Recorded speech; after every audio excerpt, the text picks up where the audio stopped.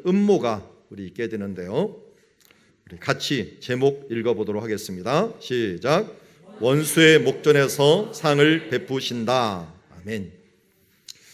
음모가 있지만 그 음모의 앞에서 하나님께서는 우리에게 가장 좋은 것, 합력해서 선을 이루시는 상을 베푸시는 하나님이 되시는 줄 믿습니다. 또 그 하나님이 어떤 하나님이고 어떻게 이 일들을 이루어 가시는가, 우리 바울 스토리를 통하여 우리가 교훈받는 시간 되기를 원합니다.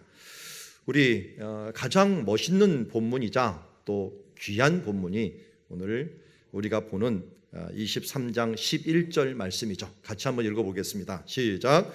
그날 밤에 주께서 바울 곁에 서서 이르시되 담대하라. 내가 예루살렘에서 나의 일을 증언한 것 같이 로마에서도 증하여 하리라 하시니라. 아멘. 하나님은 우리의 위로의 하나님이 되시는 줄 믿습니다. 어렵고 힘들 때 우리를 그냥 두지 아니하시고 그때마다 가장 좋은 것으로 또 가장 좋은 말씀으로 우리를 돕고 계시는 줄 믿습니다. 지금 바울은 큰 위험을 연속으로 2번 당했습니다. 처음에는 군중들이 그를 죽이려고 막 벌떼같이 몰려와서 그를 때리고 치고 어떻게 보면 스데반이 죽었던 그 장소에 끌려나가는 중에 다행히 로마 병사들이 이게 무슨 일이냐 하면서 격리해 놓는 바람에 살 수가 있었습니다. 그 와중에 때를 얻든지 못 얻든지 복음을 전파하라 라고 하는 자신의 말을 실천하듯이 층대에 올라서 유대인들에게 또 한 번 자신의 간증과 함께 예수 그리스도의 복음을 전파하려고 하였습니다. 그러나 이때 또 끝날 때 즈음에 사람들이 바울을 죽이겠다고 또 달려들었습니다. 2번이나 큰 위협을 당했습니다. 여기에서 끝나지 않고 그 다음 날 공회에 가서 자신이 만난 예수 그리스도를 이야기하고 또 어떻게든지 바리새인에게 복음을 전하려고 했지만 그것이 차라리 화가 되어서 큰 싸움이 일어나면서 바울은 그 가운데 찢길 뻔하고 죽일 뻔함을 당하려고 하였을 때 다시 천부장이 그를 데리고 오는 바람에 살 수 있었습니다. 그러니까 이틀 안에 벌써 3번이나 죽음의 고비를 넘게 됩니다. 엎친 데 덮친 격이라고 하는 말이 있죠.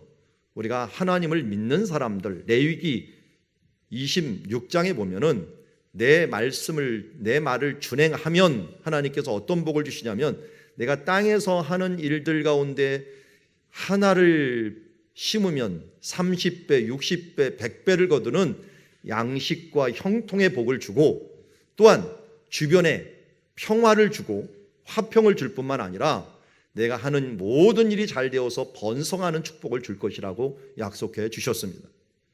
그런데 지금 바울은 분명히 하나님의 말씀을 준행했음에도 불구하고 그에게 닥쳐오는 일들은 엎친 데 덮친 격으로 계속적으로 생명의 위협이 되는 일들이 발생하는 것을 보게 됩니다. 왜 그럴까요? 분명히 하나님께서는 약속해 주셨는데 왜 우리 가운데는 하나님의 약속과도 이게 거리가 멀 것 같은 위협적인 상황들만이 일어날까요? 근데 우리는 이 말씀을 기억해야 됩니다. 로마서 8장 28절에 하나님을 사랑하는 자, 곧 그 뜻대로 부르심을 입은 자들에게는 모든 것이 어떻게 된다고요? 합력하여 선을 이루신다. 합력하여 선을 이루는 과정일 뿐입니다. 환난은, 위험은, 위기는 하나님 앞에 조금 위험하지만 기회의 순간입니다. 하나님은 이런 어려움을 통해서도 극적인 효과, 극적인 승리를 거두기 위해서 준비하는 중에 사도 바울에게 힘든 과정을 지키게 하는 것입니다. 여러분 잊지 마십시오. 하나님의 뜻대로 행하는 길에는 결코 실패는 없다. 그것은 과정일 뿐입니다. 극적인 효과를 나타내기 위해서는 뭔가 극적인 어려움이 동반하게 되어 있습니다. 자, 그 중에 하나가 바로 이것입니다. 사도 바울이 여러 번 예수님의 음성을 듣고 환상을 보고 또 예수님을 경험했지만 여기서는 예수님이 정말 가깝게 느껴집니다. 우리 지난주에도 찬양했지만 나의 등 뒤에서 내가 지치고 어렵고 힘들 때 다가오시는 주님의 손길을 맛볼 수 있는 순간은 언제인가? 주를 위하여 고통을 받고 고난을 받을 순간이었습니다. 바울이 고난받고 있을 때 어떻게 했습니까? 예수님은 앞에 나타난 것도 아니고 멀리서 광채 가운데 나타난 것도 아니고 뒤에서 바라보는 것도 아니고 옆에 곁에 서서 아마 어깨 동무를 하면서 이렇게 얘기합니다. 그래, 담대해. 내가 예루살렘에서 잘해주었다. 이제는 로마에서도 이런 일들을 해야 될 거야. 힘들고 지칠 때 주님은 우리에게 위로뿐만 아니라 또 다른 사명의 길을 보여주면서 우리가 지치지 않고 이 일을 행할 수 있게 해 주십니다. 성경에 보면은 지쳐 있었던 사람들이 많이 있습니다. 그 중에 우리가 엘리야라는 인물을 잘 알고 있습니다. 그는 하나님께 기도하여서 불을 떨어뜨리게 하고 또 하나님께 간절히 기도해 갖고 3년 반 동안 비가 오지 않던 땅에 비가 오게도 하는 기적을 일으켰던 인물입니다. 그러나 얼마 되지 않아 이세벨이 내가 너를 반드시 죽이고 말 거야 라고 하는 그 말에 실망하고 겁을 먹고 좌절해서 저 멀리 수백 킬로 떨어져 있는 남쪽에 있는 광야로 도망가여서 거기서 깊숙이 혼자 나간 뒤에 쌀이나무 같은 조그만 나무 그 밑에 로뎀나무 밑에서 이제 조카오니 하나님 죽여주시옵소서. 내가 하나님보다 이 조상들보다 더 나은 것이 하나도 없습니다 하면서 한탄하고 있을 때 주님은 그를 먹이시고 힘을 주신 다음에 호렙산 신의 산으로 이끌어서 모세에게 만났던 그때와 같이 그에게 만나 주십니다. 모세는 폭풍 가운데 어떻게 보면 구름 가운데 그 영광 가운데 만난 여호와를 경험했어도 엘리야는 세미한 음성 가운데 주님을 발견하게 됩니다. 그때 주님은 뭐라고 말씀하십니까? 엘리야야, 왜 여기 있느냐? 이것을 2번이나 말씀하신 뒤에 내가 좀 열심히 특심해서 최선을 다해서 달려왔는데 이게 뭡니까? 결국 내 주변은 아무도 없고 여호와를 섬기는 사람은 아무도 없고 홀로 나만 남았습니다. 그러나 그때 주님은 엘리야에게 무엇을 말씀하십니까? 사명을 주십니다. 다시 내가 사명을 줄 터이니 이 길로 가서 다메섹에 가서 하살이라는 사람을 왕으로 세우고 예후라는 사람을 이스라엘 왕으로 세우고 또한 엘리사라고 하는 사람을 내 후계자로 세워서 이 사람들을 통하여 너의 일을 완성하도록 하라 하는 사람을 세우는 사명을 주었습니다. 그때 엘리야는 힘을 얻어서 다시 그 사역을 시작할 수 있었습니다. 여러분, 하나님의 가장 큰 위로는 우리가 무엇을 해야 될지를 알게 하는 순간이 하나님이 주신 위로의 순간입니다. 그냥 담대해, 잘해야지, 그래, 힘들지, 이게 위로가 아니라 앞으로 무엇을 바라보고 어떻게 살아가야 되는지를 아는 것이 하나님께 주신 최고의 위로입니다. 최근 월요일 날 밤 11시부터 12시까지 하는 샬롬 나이트라고 하는 극동 방송에 제 이야기가 또 나오고 있습니다. 그 중에 첫 번째 방송에서 제가 했던 간증 중에 하나가 이와 연결되는 간증입니다. 힘들고 지쳤을 때 여리고성에서 요단강을 바라볼 때 하나님께서 요단강에서 여호수아가 넘어오는 그 장소에서 예수님께서 세례받는 장면들을 같이 보여주면서 예수님은 여호수아가 넘어온 요단강에서 세례를 받아서 하늘문을 여시는 장면을 통해 예수님은 아무 데서나 세례받은 것이 아니라 요단강 건너가 만나리라고 하는 천국의 문을 열었던 여호수아의 그 기념비적인 장소에서 예수님도 세례를 받음으로 정말 천국, 진정한 천국을 여는 자임을 보여주었구나 하는 것을 깨달으면서 성경은 연결되어 있구나, 이것을 내가 좀 공부해야겠구나 하는 생각이 제 마음에 탁 들어온 뒤에는 그때 너무 지치고 힘들고 이게 나이 들어서 공부하려니까 언어도 트이지도 않고 들리지도 않고 말도 안 되고 하는 이런 깜깜한 상황에서 하나님께서는 제게 사명을 주셨어요. 사명을 주시니까 언어도 문제가 안 됐고 앞에 있는 학업에 대한 어떤 두려움도 문제가 되지 않았어요. 그것을 위해서 달려가는 길이 너무 재미있었고 또 내가 해야 될 일들이고 또 내게 주신 가장 좋은 길이라고 하는 이런 확신이 서니까 그 뒤로 지금까지 제가 달려오면서 어떤 어려움도 하나님이 내게 주신 이 사명이 있기 때문에 그것을 이길 수 있는 큰 힘과 동기가 되었던 것을 저는 지금까지도 간증할 수 있습니다. 그때 힘들 때 주셨던 저의 사명, 이것이 저를 일으켰고 원동력이 되어서 힘이 되어서 촉진제가 되어서 하나님의 사명을 감당할 수 있게 하였습니다.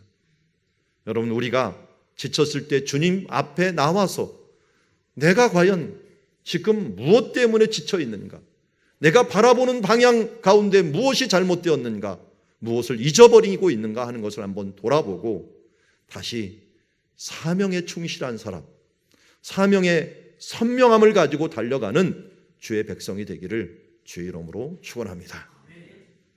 자, 이렇게 사명을 주면은 그러면 그 앞길이 평탄하냐? 그건 아닙니다. 여러분, 세상은 변하는 게 아니라 내가 변하는 겁니다. 내가 변하니 환난이 와도 역경이 와도 문제가 되지 않는 거지, 내가 하나님 앞에 변하면 세상도 갑자기 이 순간적으로 평화로워지고 잠잠해지고 이런 것은 아닙니다. 하나님이 주시는 힘은 세상을 이길 수 있는 면역력을 주는 거지 세상이 우리를 위해서 평탄한 꽃길을 열어주는 것은 아니라는 것을 기억하셔야 됩니다. 아니나 다를까 그 다음 날 바울은 하나님께 사명을 받고 있는 그 순간 이 사탄의 세력이라고 할 수 있는 음모자들, 암살의 음모를 품고 있는 자들은 더 악랄하게 바울을 대항하는 사람들로 변해가고 있었습니다. 12절, 날이 새매 유대인들이 당을 지어 맹세를 합니다. 어떤 맹세입니까? 바울을 죽이기 전엔 먹지도 아니하고 마시지도 아니하겠다라고 말합니다. 사무엘상 14장에 보면은 요나단과 블레셋과 싸우는 장면이 일어나는데 그때 사울 왕이 요나단이 블레셋을 막 이기는 그 장면을 보면서 이때다 하면서 몰아세워 갖고 우리가 전쟁에 승리하겠다라고 말할 때 그때 쓰잘데없는 맹세를 합니다. 무슨 맹세를 합니까? 사울이 백성에게 맹세하여 경계하여 이르되 저녁 곧 내가 원수를 보복하는 때까지 아무 음식이든지 먹는 자는 저주를 받을지어다. 여러분, 전쟁하는데 사람들이 먹고 힘을 내야 되는데 무슨 경건을 얘기한다고 하나님의 언약궤가 왔는데 언약궤는 비껴라, 내가 선언하노니 하면서 쓰잘데없는 맹세를 통해서 사람들을 힘들게 하는 잘못된 경건을 표현함으로 자기 아들 요나단까지도 그 맹세를 못 듣고 꿀 한 모금 먹었다가 죽을 뻔한 그런 일들이 발생하는 것을 보게 됩니다. 함부로 맹세하지 마시고 함부로 서원하지 마십시오. 하나님께서 주시는 그 마음으로 해야지 내 만용과 내 용기로 내가 이것은 반드시 이룰 것이다 하면서 하나님께 맹세하지 말라는 겁니다. 우리가 우리 머리카락 하나 빠지거나 빠지지 않게 하는 것도 못하지 않습니까? 제가 매일 머리를 감으면서 머리카락 떨어질 때마다 한숨을 짓는데 이거 안 떨어지게 할 수 없나 하면서 이런 비누 저런 샴푸 써봐도 별로 효과가 없더라고요. 우리 머리카락 한 줌도 어찌할 수 없는 우리 인생이 하나님 앞에서 내가 뭘 하겠다라고 하는 잘못된 맹세하지 말라는 것입니다. 하나님의 뜻이면 이것저것을 할 것입니다 라고 하는 겸손한 마음으로 하나님께 나아가야지, 내 힘의 능력, 내 권세를 가지고 무엇을 하겠다라고 하는 것들 얼마나 하찮은 일인가, 때로는 잘못된 맹세인가 하는 걸 알 수 있습니다. 오늘도 마찬가지죠. 바울을 죽이기 전에는 먹지도 아니하고 마시지 않겠다라고 하는 그런 맹세를 40명이나 했는데, 이 부분들은 다른 맹세입니까? 한번 생각을 해보십시오. 이 부분은 뭐가 잘못된 것이었습니까? 성경에서 뭐라고 얘기합니까? 가장 기본적인 10개의 계명을 갖는 10계명에서 몇 번째 계명에 해당하는 것을 지금 어기고 있는 것입니까? 자, 몇 번째 계명이에요? 몇 번째인 줄 알아야지 이건 몇 번째인 줄 알죠. 첫 번째는 우상 섬기지 말라. 두 번째 우상 만들지 말라. 그 다음 세 번째 여호와의 이름 망령되이 일컫지 말라. 안식일 거룩히 여기라. 내 부모를 공경하라. 그 다음 뭐예요? 살인하지 말라. 여기 이제 6번째 계명. 7번째 계명을 뭐라고 불러요? 간음하지 말라. 그래서 우리가 간음을 하면 우리 기독교에서는 7계를 범했다 이렇게 표현을 해요. 유식하게 표현을 해야죠. 그래도 사람을 죽이면 6계를 범했다라고 이야기를 하는 겁니다.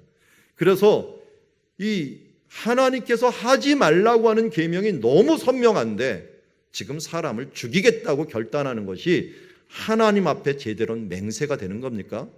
이 부분들은 하나님의 말씀과 완전히 어긋나는 것입니다. 그런데 여러분들은 어떻습니까? 여러분들은 살인 안 합니까? 마태복음 5장 21절, 22절에 이렇게 얘기합니다. 21절 먼저 제가 읽어드릴게요. 옛사람에게 말한 바 살인하지 말라. 누구든지 살인하면 심판을 받게 되리라 하였다는 것을 너희가 들었으나 5장 22절 나는 너에게 이르노니 형제에게 뭐하는 자마다 노하는 자마다. 노한다는 건 뭡니까? 이게 아닙니다. 뭡니까? 화내는 자마다. 저는 살인을 정말 많이 하는 것 같아요.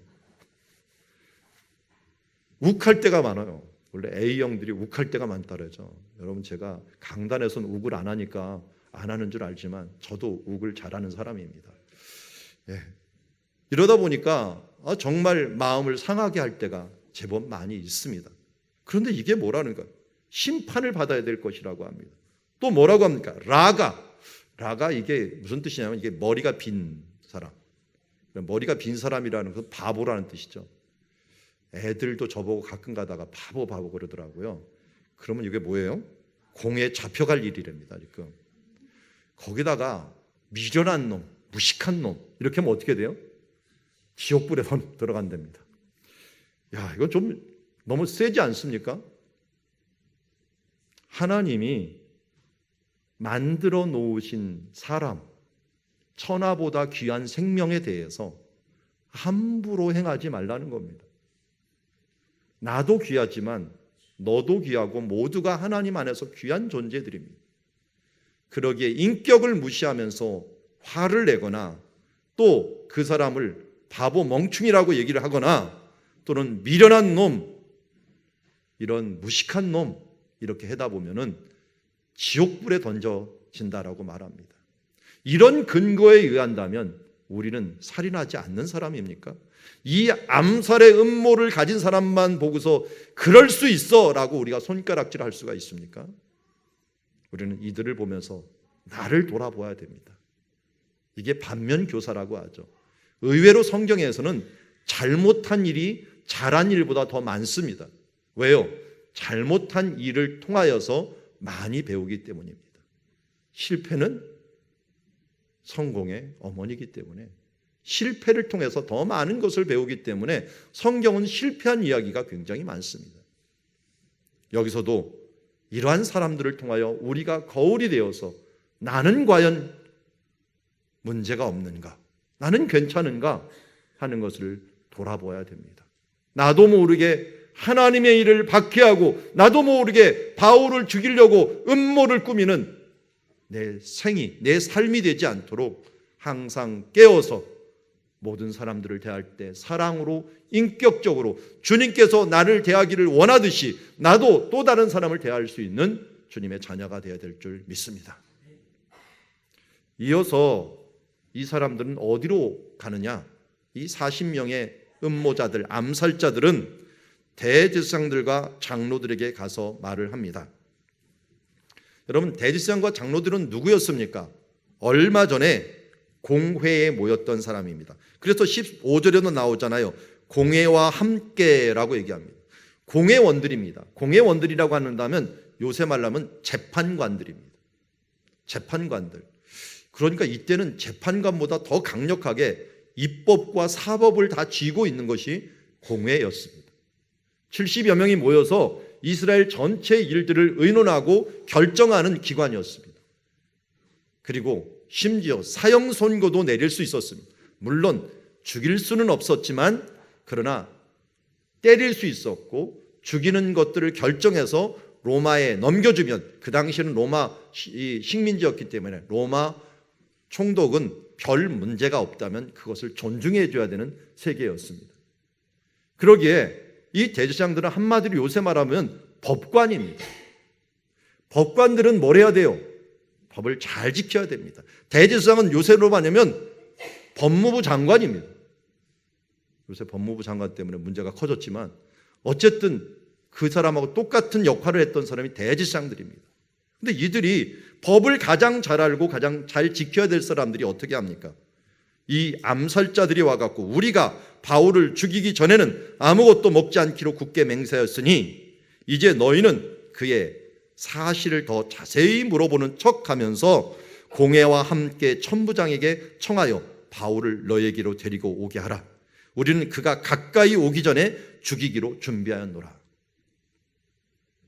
아예 작전이 완벽하게 세워졌습니다. 우리 아래에 있는 그림에 보듯이 안토니아 요새에 갇혀있는 바울이 공회 성전으로 오는 그 길목에 숨어 있다가, 그러니까 한마디로 성전에서 죽이겠다는 거예요. 성전에서 숨어 있다가 그가 지나가는 길에 그를 갖다가 암살을 하겠다라고 계획을 한 것입니다. 살인하지 말라라고 하는 이 명제를 가장 잘 아는 대제사장들은 자기를 모욕 준 이 바울을 죽이는데 동의를 합니다. 어떻게 보면 동의했다라기보다는 스스로 팔렸다라고 하는 표현이 맞을 겁니다. 공모를 합니다.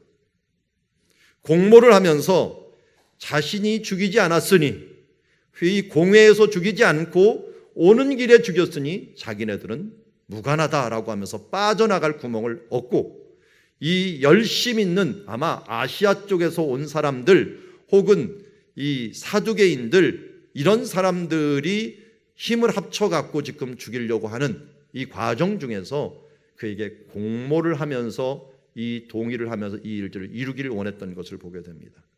불의한 재판관들입니다. 스스로 팔린 자들입니다.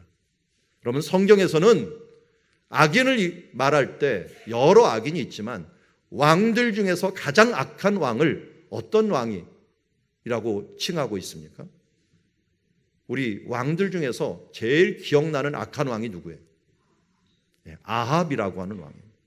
여러분, 아합 이야기 혹시 들어보셨습니까? 아합 이야기 혹시 읽어보셨습니까? 읽어보면요, 아합은 나쁜 사람이 아니에요. 요새 말로 나쁜 사람이 아니에요. 약한 사람이에요. 마음이 약한 사람이에요. 그래서 나봇이라는 사람들의 포도원이 너무 좋아서 좀 나한테 팔아라. 이것도 억지로 뺏으려고 한 게 아니에요. 내가 돈을 줄 테니까 좀 팔아라. 그 포도원이 너무 아름답다 했더니 이건 조상님께 받은 것이라서 팔 수가 없습니다 라고 말했더니 그것 때문에 근심 걱정, 너무 어찌할 줄 몰랐고 들어 누워요. 이런 약한 사람이 어디 있습니까? 왕이 돼갖고. 이걸 봤던 이세벨, 그의 왕비가, 그의 부인이 아니 왕이 돼갖고 이게 뭡니까 하면서 나봇에게 누명을 씌우죠. 어떤 누명입니까? 하나님과 왕을 저주했다는 신성모독을 그에게 죄를 뒤집어 쓰이면서 그를 죽이고 그의 땅을 뺏어오는 것을 보게 됩니다. 그런데 이때 어떻게 합니까? 아합이 그것을 또 기쁘게 가서 그것을 받아와요. 이런 사람을 우리는 스스로 팔린 자라고 얘기를 합니다. 내가 하지 않으면 되지라고 하면서 남들이 한 것들을 받아 먹는 사람들, 중간기, 예수님이 오시기 전에 헬라라고 하는 중간의 역사가 말라기와 마태복음 사이에 있게 되는데, 그때 이 안티오쿠스 에피파네스라고 하는 이 헬라의 왕이 있었습니다. 북방 왕이라고 불렸던 셀류쿠스 왕조의 왕이었는데, 이 사람들이 전쟁을 할 때 이 에피파네스라고 하는 사람이 전쟁을 할 때 아주 치사하게 했어요. 전쟁은 정말 명예롭게 군인들은 전쟁하다 죽는 게 그들의 어떻게 보면 최고의 명예라고 할 수가 있는데, 이 사람은 평화조약을 딱 맺는 척하면서 뒤돌아서 평화롭게 가는 사람을 뒤에서 딱 쳐버려요. 그렇게 전쟁을 해서 이겨버렸어요. 그런데 그를 따르는 군인들이 치사해서 못 따르겠는 거예요. 내가 전쟁을 꼭 이렇게 해갖고 전쟁을 이겨야겠는가 했는데, 그를 따르는 사람들이 많았어요. 왜 그런지 아십니까? 이 에피파네스가 가갖고 딱 치고서 전리품을 얻잖아요. 그러면 군인들에게 다 나눠줬어요. 그럼 사람들은 이러면 안 되는데 하면서도 물건이, 이게 물질이 많이 들어오니까 할 수 없이 이 사람을 따라간 사람이, 이 사람이 한마디로 성전도 약탈하고 성전에서도 예배도 못 드리게 만들고 하면서 이 사람 때문에 마카비라고 하는 혁명이 일어나게 되어버렸어요.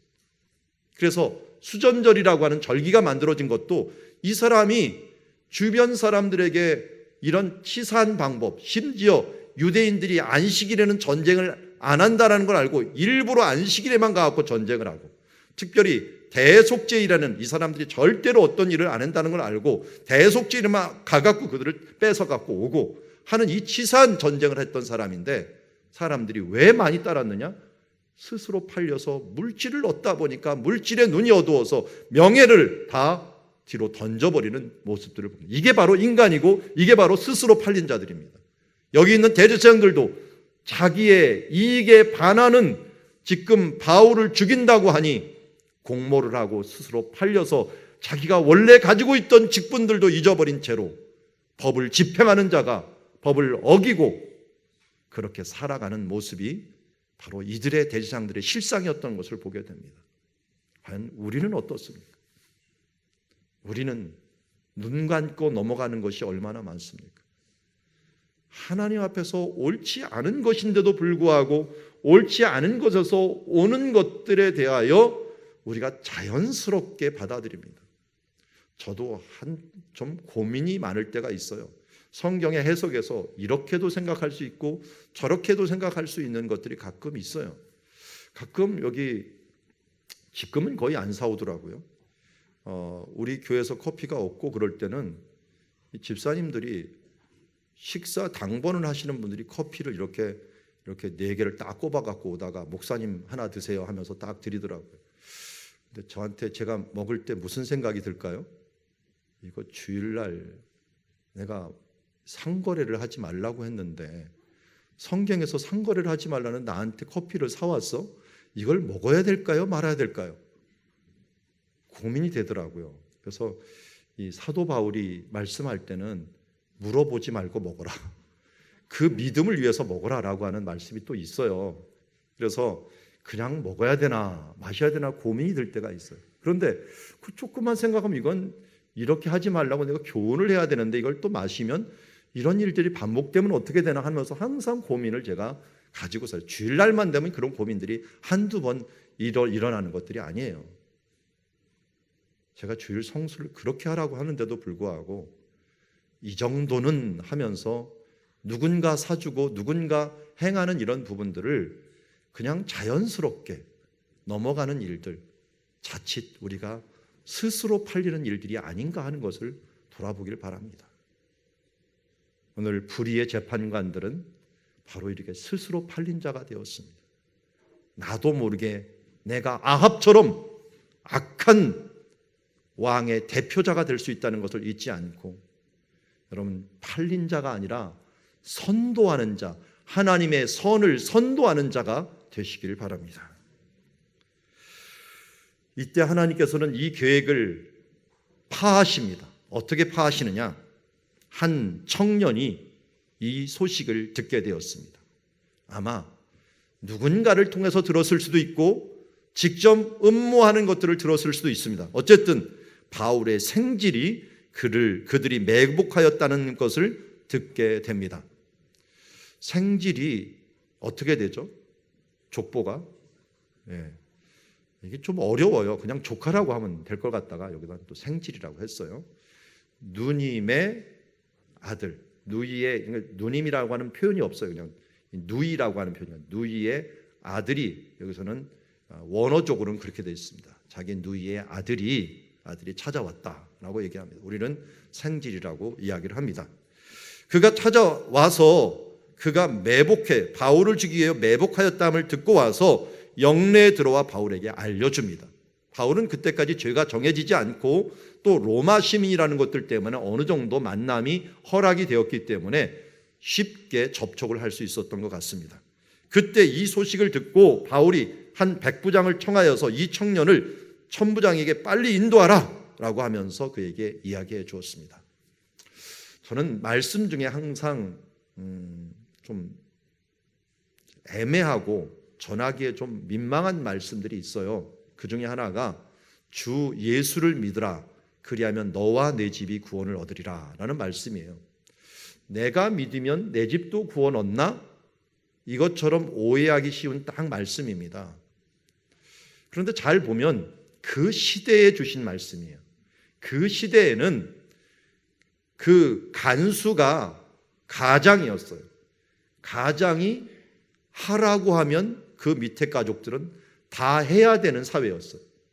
심지어 가장이 자녀들도 종으로 팔 수 있는 권한이 있었던 시대였기 때문에 이게 어마어마한 영향력을 갖고 리더십을 갖고 있는 사람이었기 때문에 이 사람이 믿으면 온 가족이 믿을 가능성이 너무 높았어요. 그런데 그렇게만 또 생각할 수가 없어요. 왜냐하면 믿음은 하나님이 주시는 선물인데 아버지가 믿는다고 자녀가 다 믿느냐? 그거는 있을 수가 없는 일이에요. 그럴 가능성이 높지만 그러나 누구나 그렇다는 것은 아닙니다. 그런 면에서는 주 예수를 믿으라 그리하면 너와 내 집이 구원을 얻으리라는 것은 물론 영향력 있는 그 사람이 믿으면 그 주변에 있는 사람들이 많이 믿을 것이라고 하는 그런 말씀도 되지만 그러나 여기 있는 생질이 바울을 구원하는 장면들을 보면 우리 누군가가 좋은 소식과 생명을 구하는 소식을 전할 수 있는 것 그런 기회가 그 집에 주어졌기 때문에 그들이 구원받을 수 있다. 구원받을 가능성이 높다라는 것을 우리가 해석하는 게 더 좋을 것 같습니다. 성경을 잘 보면요. 드라마도 그런 드라마가 없어요. 여러분 드라마 특징이 뭔지 아십니까? 한번 모든 드라마를 보세요. 등장인물이 수백 명 나오는 등장인물 된 드라마가 없어요. 잘 보면 그 나물에 그 밥이에요.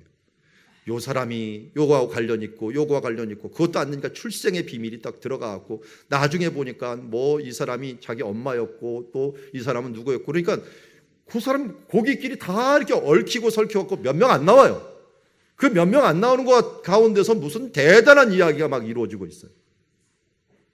그런데 성경도 그래요. 아시나요? 다윗과 함께하는 군대 장관들 이 한 4명 정도가 나오는데요. 그 중에 3명은 자기 조카예요. 생질이에요, 생질. 요압, 아비새, 아사엘. 그 다음에 이 압살롬의 군대 장관 되었던 그 사람도 자기 둘째 누님의 아들 아마샤예요. 그러니까 자기 조카들이 다 주변에서 장군을 하고 있어요. 가족끼리 다 해먹어요. 그리고 보면은 이런저런 걸 보면은 뭐 그 사람이 그 사람이에요. 예수님도 안 그런 줄 아세요? 예수님도 사실 알고 보면 예수님이 십자가에 못 박히실 때요. 마리아와 그의 이모가 함께 있었다라고 하거든요. 그런데 이 요한복음의 이 말씀이 마태복음에 가서는 뭐라면 그 이모의 표현을 뭐라고 얘기하냐면 이 살로메라고 얘기를 하기도 하고요.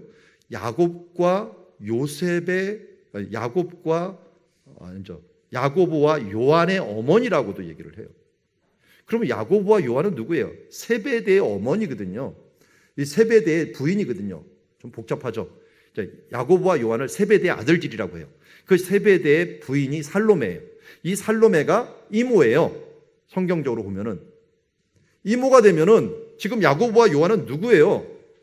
자기 친척들이에요. 어쨌든 외가 쪽 친척들이에요. 그러니까 예수님의 제자라고 따라다니는 사람들이 야고보와 요한이 이게 친척이에요. 거기다가 이 사람들이 또 부자였어요. 그러니까 그 이모가 물질을 막 대주는 거예요. 저도 어렸을 때 저희 이모가 학용품 사주고 그러니까 너무 고맙더라고요.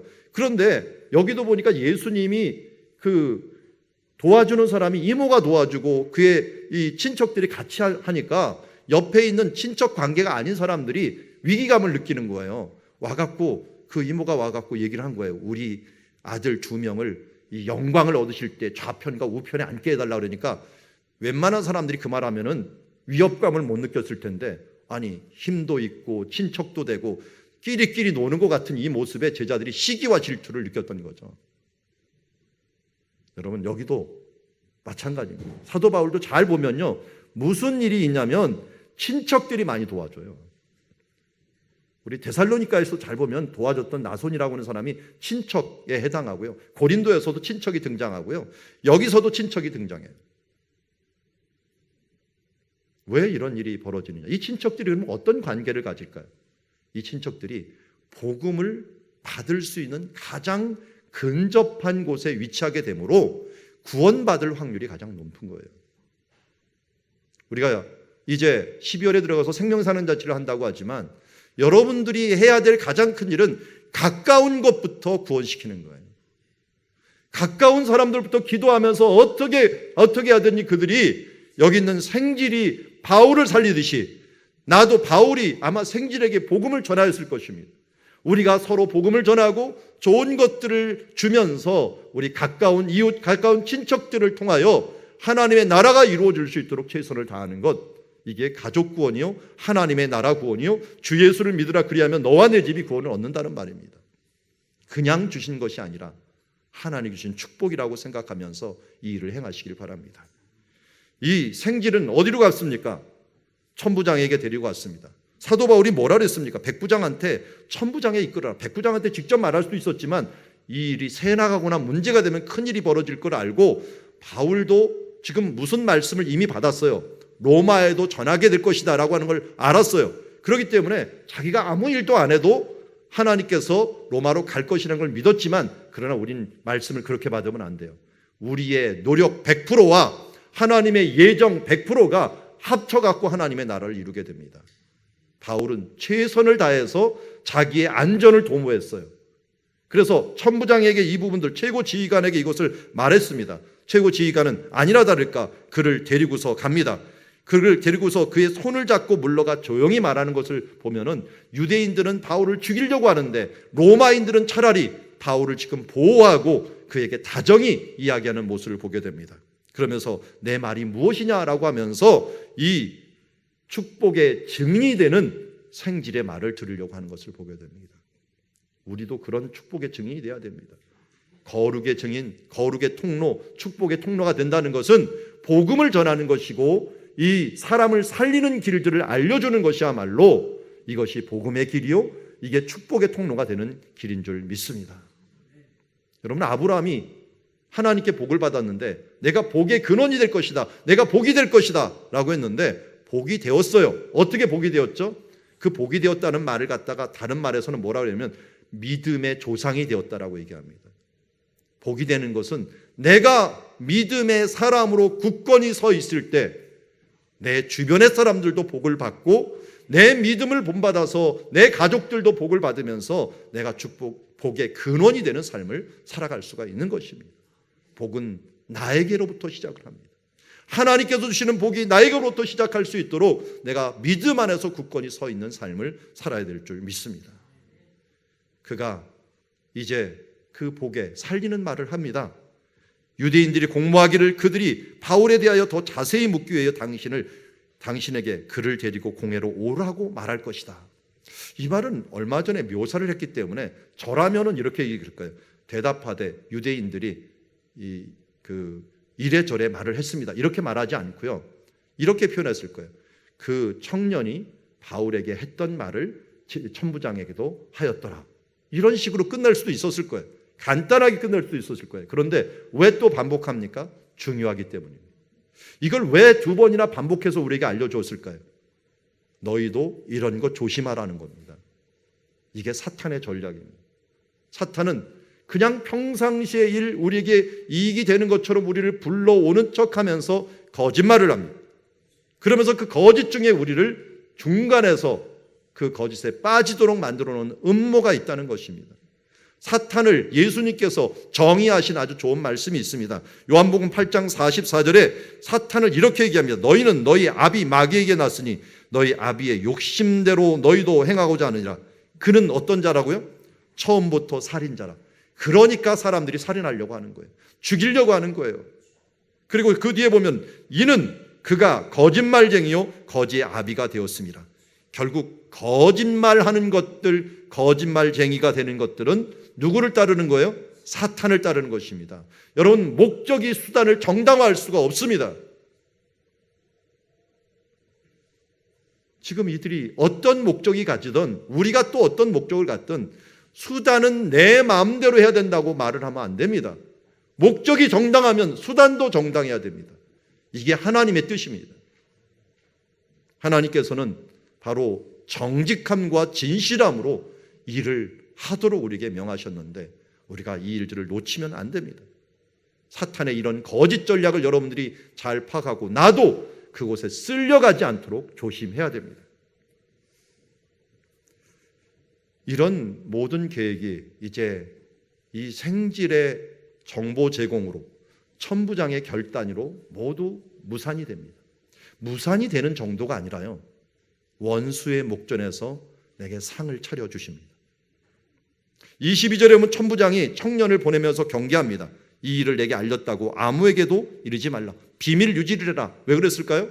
이 일이 알려지면 작전이 다 또 바뀌어버려 갖고 그 다음 계획을 알지 못하게 되거나, 두 번째는 청년 네가 위험하다.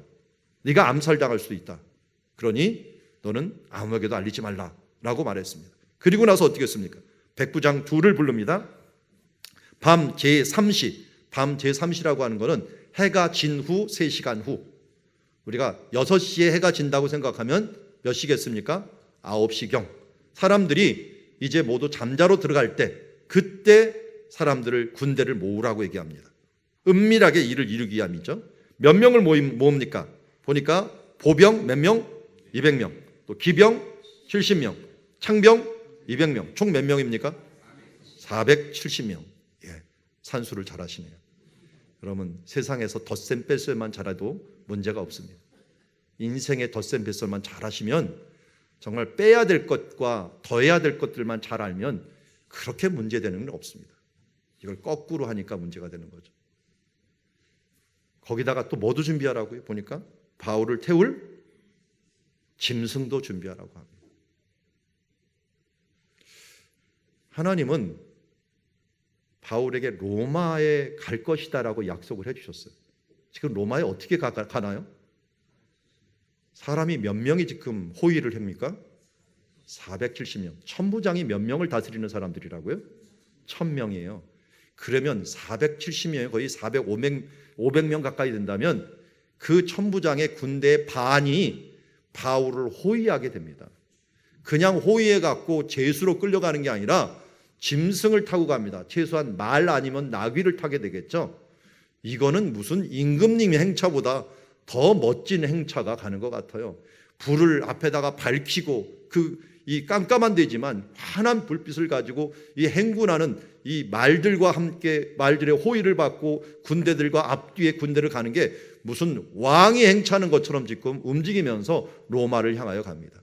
우리가 죄수라고 하는 이름만 빼면은 이거는 완전히 최고의 귀족이 지금 행군하는 모습처럼 됩니다.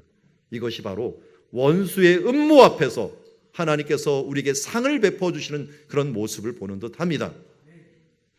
오늘 생각을 해보십시오. 하나님께서는 우리에게 이런 일들을 얼마나 많이 주세요. 다윗에게도 마찬가지였어요. 다윗도 압살롬에게 이제 쫓겨갔고 저 적국의 수도, 예전에 적국의 수도였던 이스보셋이 왕이 되었던 그 마하나임이라고 하는 곳에 도착을 했는데, 그곳에서 여러 사람들이 와서 그에게 음식들을 제공하고 또 좋은 것들을 제공하자 그가 그것을 받고서 너무 기뻐했습니다. 그러면서 아마 불렀던 노래가 이 노래였을 가능성도 있습니다.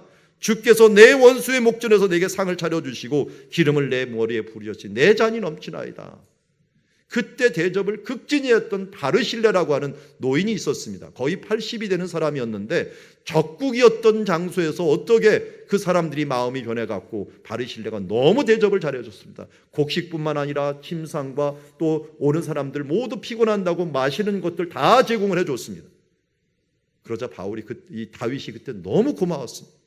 그래서 다시 전쟁을 이기고 복귀할 때 바르실레 보고 너 나와 함께 궁전에 가자라고 했더니 바르실레가 내가 지금 나이가 80입니다. 간들 무엇을 좋은 것을 알겠습니까? 고향에서 죽게 해주십시오. 다만 내 아이들을 부탁합니다 하면서 기맘이라고 하는 그 아들과 이런 사람들을 보내줍니다. 다윗이 이 아들들을 어떻게 합니까? 자기 상에서 항상 먹게 합니다. 자기 아들처럼 취급해 줍니다. 이것뿐입니까? 그가 마지막으로 죽을 때 유언을 할 때 솔로몬한테 바르실레의 아들들은 네가 꼭 보살펴줘야 된다 하면서 마지막 유언까지 남기는 것을 보게 됩니다. 여러분, 어려울 때 우리를 도와주었던 사람들 기억나십니까? 이 가을을 통해서 우리가 감사의 절기에 무엇을 감사해야 되겠습니까? 내가 어렵고 힘들 때 도와줬던 사람 잊지 않고 오늘 한번 전화해 주시고 또 문자라도 주시며 감사의 한번 표현을 해 주시기 바랍니다. 물론 최고로 도와주신 하나님이시니까 이제 하나님께 감사의 기도를 드리시길 바랍니다.